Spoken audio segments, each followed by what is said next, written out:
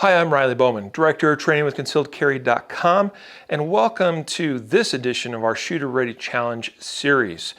This month, we're going to be having a little bit of fun and doing something a little bit different in that we're going to be practicing drawing from the pocket. So, as you can see, that's a quick option, especially when I can start with my hand on the gun already. We'll talk about that some more and get some dry fire practice in and share some ideas with you here today. But first, our Shooter Ready Challenge sponsors, laserapp.com. That's LASRAPP.com. We use the LaserX version of the software, which I have here loaded on my iPad. It's one of my favorite ways to do that is pull out the iPad, go to LaserX, to the LaserX version, you log in. As long as I have an internet connected device with a web browser, bam, I'm up and running in minutes with LaserX software. Works fantastic. Today I've got 7 target areas drawn up there. It can handle all that and more easily. Use LaserX to get data on your times, your speed, as well as accuracy, because it records both. And that's hugely valuable, especially in dry fire, which traditionally is a type of practice that's difficult to record such data. So LaserX makes that possible. Go to laserapp.com. Also, barrelblock.com, barrel block with a K, of course. We're not using the barrel block itself today. I'll talk about the setup of the gun here in a minute, but I am using the barrel block product that we call the mag block that you see here inserted into my magazine. This takes place of the top round in the magazine. Of course, I don't have any live rounds in the mag at all, but we put that mag block on the top. It creates a channel that the slide can pass by and not lock it back when I'm running this.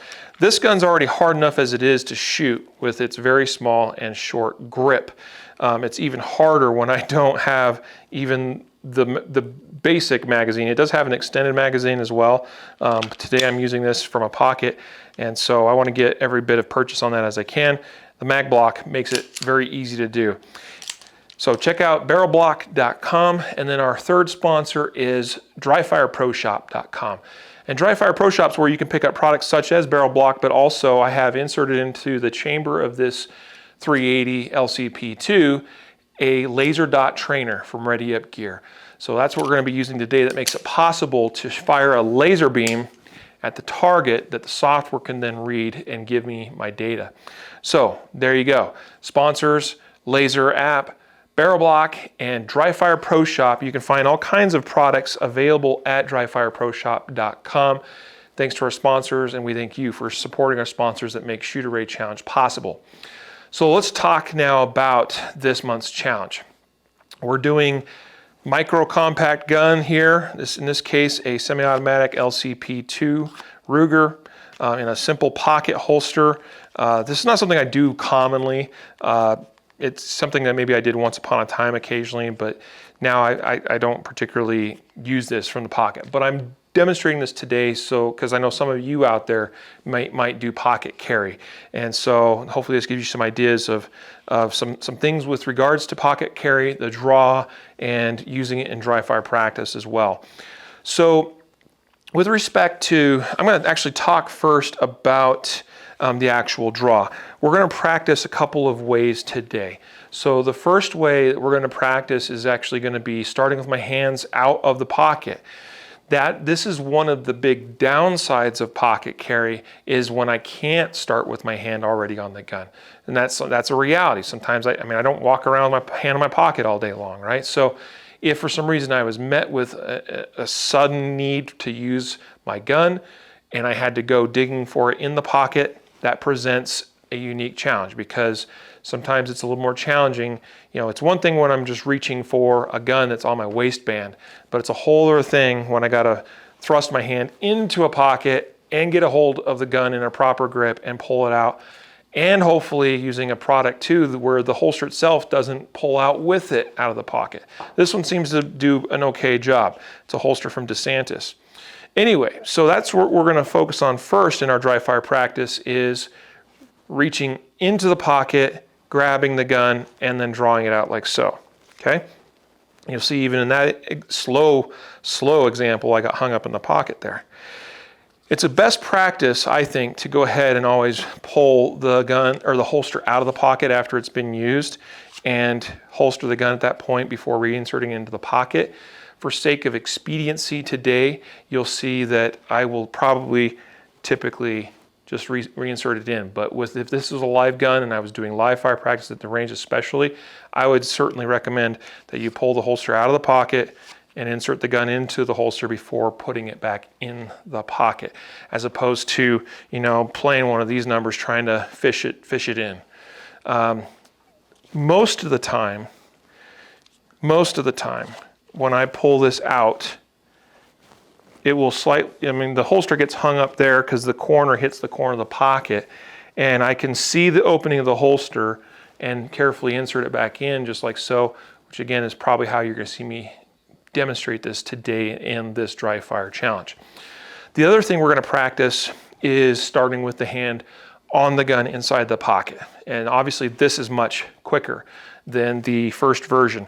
This is actually one of the big advantages of pocket carry, is because it does give me that ability to start with my hand already on the gun, even with the full, proper, complete grip that I'm going to use to shoot it. That's a huge advantage, and you'll see that proven out in some of the shot times today. In fact, you're going to see very much so how different the times are from going to the pocket and drawing the gun versus starting with the hand in the pocket. It'll be an interesting case study for us here today. All right, now let's go ahead and actually introduce a couple of drills to you. Now realize that because this is a semi-automatic that has to be slide cycled each time for me to get a reset trigger to get a new laser shot on target, I'm going to be mostly focused on just doing initial shots, so draw and fire a single shot. I can go through the motions of drawing and firing a shot and then following up with additional trigger presses, and that's not a bad idea. Okay, just so I can get used to building a proper grip and what that involves. So, you know, as I move from target to target, working on transitions and making sure that grip stays all locked up. Okay, because that's a good habit to reinforce for when you go to do live fire practice at the range. But let's also talk about the actual grip itself. Since this is a small, compact gun, I thought this would be a good opportunity to go ahead and talk about some of the ways and strategies or techniques that I employ to be able to use this a little bit more effectively. I mean, as you can see, once my hands are on this grip-wise, it almost buries the gun in my hands. My thumb, when right along the slide or frame where it typically likes to reside, is about even with the muzzle. And I already have kind of short, I have large palms but short fingers. If I had like normal man-sized thumbs, that thing would be like out here. So you want to be careful with stuff like that. It's a good thing to practice and learn this stuff in dry fire before you learn the hard way of getting something up there and in the way or close to it in live fire practice. Okay, but with small grips, okay, this is a short gun. That's the first thing I want to talk about. So a lot of people talk about the difficulty of shooting a micro compact or subcompact gun where you can't get all the fingers on the grip. That is absolutely true. It absolutely is going to be a bit more difficult here. Okay, but I want to talk about some strategies or techniques here. So first of all, I wrap around the fingers and get contact where I can on the front strap of the grip. Secondly, this pinky, so rather than it just flopping about uselessly down here at the bottom, I actually try to curve it up and get some amount of contact. It's not a lot, but I get some, you can see kind of towards the back of the grip there. So I'm not just letting it hang, I'm getting it wrapped around as best I can and getting some purchase, because any amount's going to be good. The support hand is going to make that a little bit easier, is actually going to help that as well. So you'll see when I get my support hand on the gun, look at the positioning of my pinky and also even this ring finger here. You'll see rather than them being on the front of the grip, they're really kind of more on the corner and on the bottom of the grip. And so I'm also wrapping around that hand, and that pinky of the support hand is wrapping around the bottom and squeezing. So that it's what little purchase I'm getting here, this is adding to the pressure that I'm able to exert on the grip of the gun. So again, don't just let that pinky hang if you can help it. Maybe your fingers are bigger than mine and maybe that pinky can't get on there at all. That's fine. Even if that's the case and it's just hanging on the bottom, wrap that support hand around everything, covering front, corner, and bottom, every side that you can on this grip, so that we can get every bit of advantage that we can. And honestly, especially since this is 380, obviously if it was 9, it'd be a little bit of a different story, but the recoil isn't too bad. And I find that this grip here to be very, very controllable with this small gun. And the final thing is when I wrap the hand around here, it doesn't leave a whole lot of real estate here for the support hand to get engaged on the grip surface of the pistol. We know that support hand engagement on the gripping surface of the pistol is hugely important when we're shooting our larger guns. It's also hugely important here too. So what I do is I actually end up pulling, you see how as I lift my thumb and pull it back, it starts exposing more and more of that gripping surface. That's what I do. I lift that up and back, and you'll see I actually end up with not a whole lot of meat of this hand directly on the back strap, especially near the beaver tail. It just kind of hangs back here. And that might seem a little bit weird and disadvantageous, but it's not at all, because I'm getting that support hand now so much more engaged and letting it do a lot more of the work. And on a small gun like this, I don't need a whole lot on the back of the gun. I do need to get as much of that support hand engaged as I can. And so that's my technique for getting as much grip involved here on these little tiny guns. And it's very, very effective. And I encourage you to practice with some of those technique, type things. Figure out what works best for you, figure out what you can do. And this is stuff that I just played around with and thought, well, I wonder if I do this. Oh, wow, look, it's just me just experimenting, seeing what works, what doesn't work, trying it out in dry fire first, and then trying it out in live fire at the range to make sure it actually does work when we're putting live rounds to the gun. So I hope some of those tips are helpful for you. A lot of guys will talk about how they can't shoot very effectively a small gun like this. I think you can. I think you can find a technique that will allow you to do it. And we have a huge advantage with big hands in that we just swallow up and envelop this little tiny gun, and we can absolutely run these things lights out if we want to. So, all right, let's start working on some of these dry fire drills. So again, first we're just going to focus on drawing and firing a shot. I'm going to do a lot of today's work from 5 yards because that's probably about the range. I probably wouldn't want to be using it much further than that. A little gun like this that doesn't have very good sights at all. I could barely make them out sometimes as I'm trying to shoot it here. So, but we're going to also do a little bit of work from 7 yards too as well. And it's not a bad idea to even push it back. I've got a line back there that represents 10 yards. These are 1/3 scale targets, most of these. A couple of these are a bit smaller, of course, but this target here, or any of these lower ones, this is 5 feet, 1/3 scale. That's the equivalent of 5 yards on a USPSA target. This is 7, and then back there's 10. So, like I said, we're going to start by hands just at our sides, or you can do whatever start position you want with the hands, but they're just not going to be in the pocket. And I'm not going to start with it right back here staged, ready to go in the pocket either. Okay, because I want the added difficulty of having to find the pocket, because that's challenge number 1. Challenge number 2 is finding the gun and getting the proper grip. And then challenge number 3 is getting it out and onto the target. Okay, so I've got the gun reset. We've got LaserX software up and running. Let's get a couple of baselines. I'm going to use that upper right target.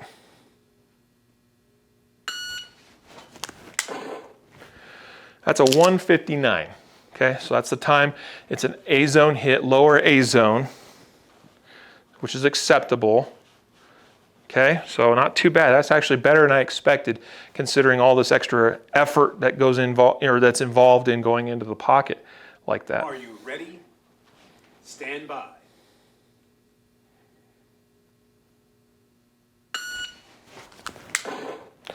Almost the identical location as far as hit, kind of that lower, maybe slight low right of the A-zone. That was a 149, so that was actually a 1/10 faster. Not bad, 1.5 second time, not bad at all. Let's do one more run. Ready? Stand by.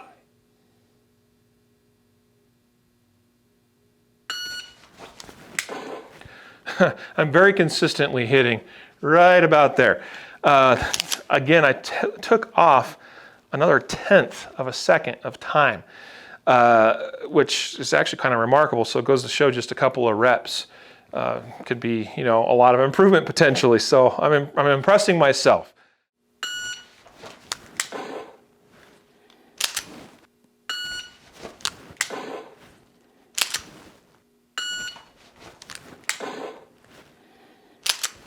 All right, so but we can average those out and say that a baseline would be about 1.5 seconds for me to reach into the pocket and then draw and fire the gun. And this is of course at 5 yards.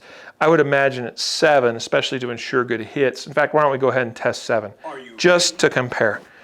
I'll bet it's going to be a tad slower.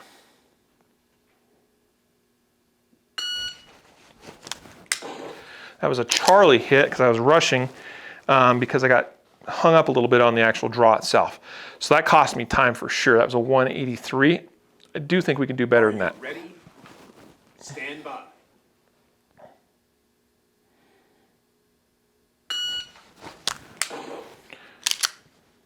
Wow, I'm surprising myself yet again. It was a 138. But the sights came up on target and it just happened to be there. So that was also a bit fortunate because again, the sights are not easy to make out on this gun.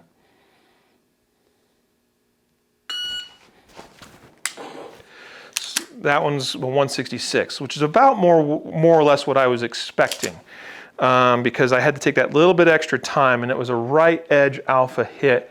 Had to take a little bit extra time to find those sights because they're not very prominent. Okay, so our baseline again, let's just say 1.5 seconds on a cue to go to the pocket and draw the gun and fire a single shot. Let's test now, starting with the hand on the gun. All right, and to do this, just because it's much more, well, I guess you could stand there with a single hand in the pocket, but a lot of times you see guys standing, with hands in pockets, it's both hands. That's how I'm going to do it here today. So I'm going to have my left hand in the left pocket, right hand in the right pocket, but it's got a grip formed on the gun. And let's compare these times. Are you ready? Same target. Stand by.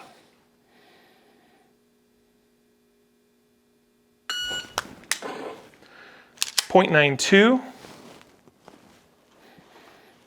And that is building a two-handed grip and seeing the sights even, okay? Are you ready? Stand by.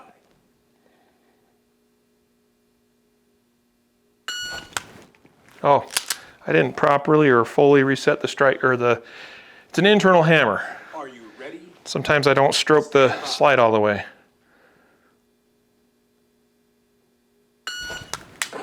Center A zone hit .84. Let's get one more good run here. Ready? Stand by.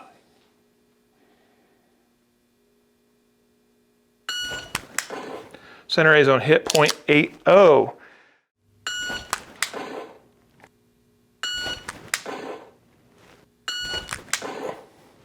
So what we're seeing right here is starting with the hand on gun, we can almost get this done in half the amount of time to get to a two-handed grip and fire a good A-zone hit. So that's good data to have right there. It really illustrates, number one, the pros, a huge benefit of a pocket holster and a pocket gun being able to start on the gun when we have that option. But then we also see just how much time it costs, double the time minimum, to have to go into the pocket as opposed to a more traditional carried position, which I can get a second, I can get shots off in a second consistently all day long from 5 and 7 yards coming from an appendix carry holster on the waist.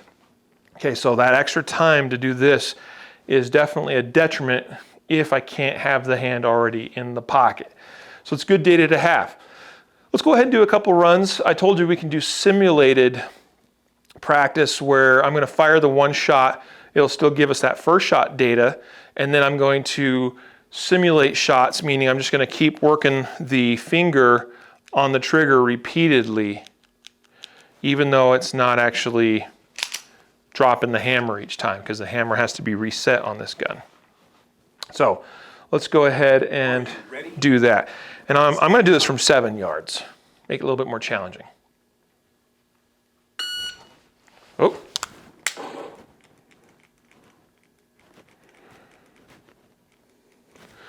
Just going through each of those targets, maybe mixing it up a little bit, doing 2 shots each, just working the trigger and then paying close attention to what's going on at the sights relative to target, calling those shots.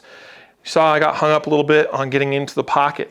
Again, that's another one of the big potential problems with pocket holsters is that very thing. I think I snagged my fingers, something like that, so it prevented me from getting all the way into the pocket. Let's do it again. Stand by.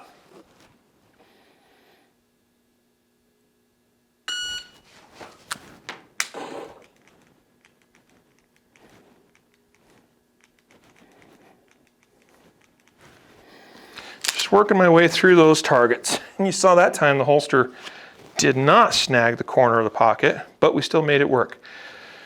So that first shot again was a 2-second. So that's a bit slower than the baseline I established earlier. I want to do it one more time for good measure. Stand by.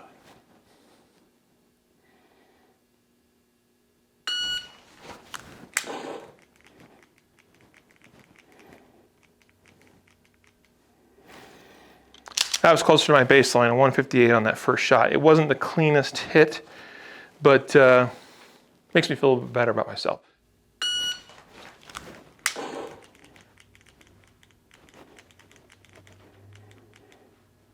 So there you go.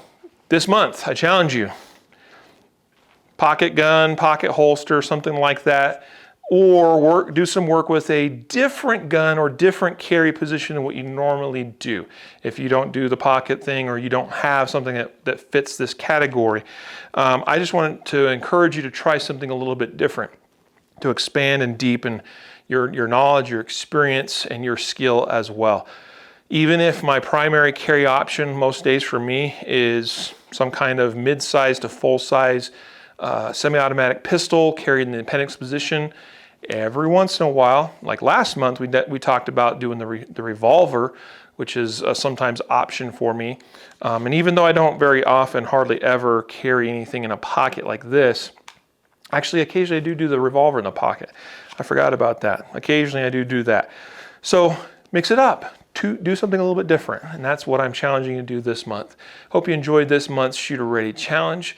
Put in some time and work, and I look forward to seeing what you guys can achieve. Don't forget our sponsors, laserapp.com, barrelblock.com, and dryfireproshop.com. Thanks for watching.